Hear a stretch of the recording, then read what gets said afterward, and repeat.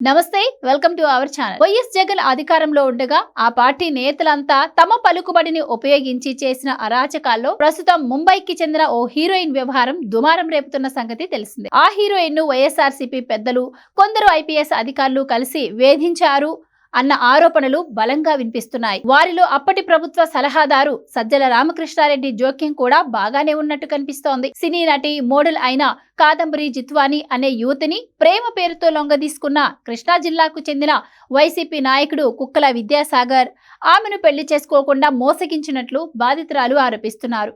అప్పుడు తనను కేసులు పెట్టనివ్వకుండా వైసీపీ లీడర్ తన అధికార బలాన్ని ఉపయోగించి అణిచివేశాడని జిత్వాని అంటున్నారు. ఆమె తల్లిదండ్రులపై ఆమెపై అక్రమ కేసులు పెట్టించి జైలుకు పంపించారు. ఆ తర్వాత వారిని బెదిరించి పెళ్లి మాట ఎత్తకూడదు అంటూ బలవంతంగా సంతకాలు చేయించుకొని పంపించేశారు.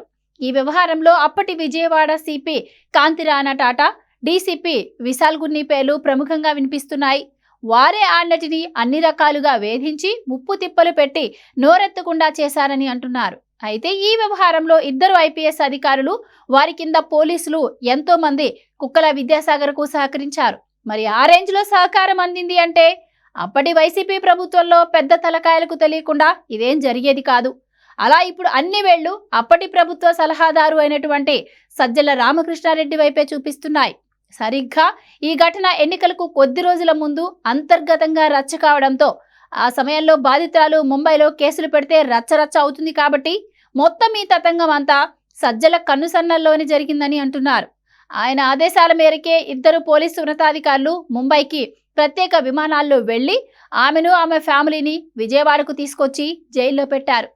సజ్జల రామకృష్ణారెడ్డి వైఎస్ఆర్సీపీలో జగన్ తర్వాతి వ్యక్తిగా పరిగణిస్తూ ఉంటారు కాబట్టి ఆయన ఆదేశించిందే తడవుగా ప్లాన్ మొత్తం అమలైపోయింది.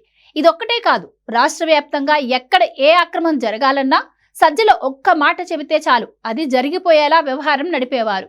ఇక ప్రభుత్వంలో జరిగిన ఎన్నో అక్రమ పనుల్లో సజ్జలకు భాగస్వామ్యం ఉంది అనేది కూడా అంటారు. వైసీపీ నేత కుక్కల విద్యాసాగర్ సమస్యను సజ్జల పరిష్కరించినందుకు గాను భారీ మొత్తంలో డబ్బులు చేతులు మారినట్లుగా కూడా ప్రచారం ఉంది.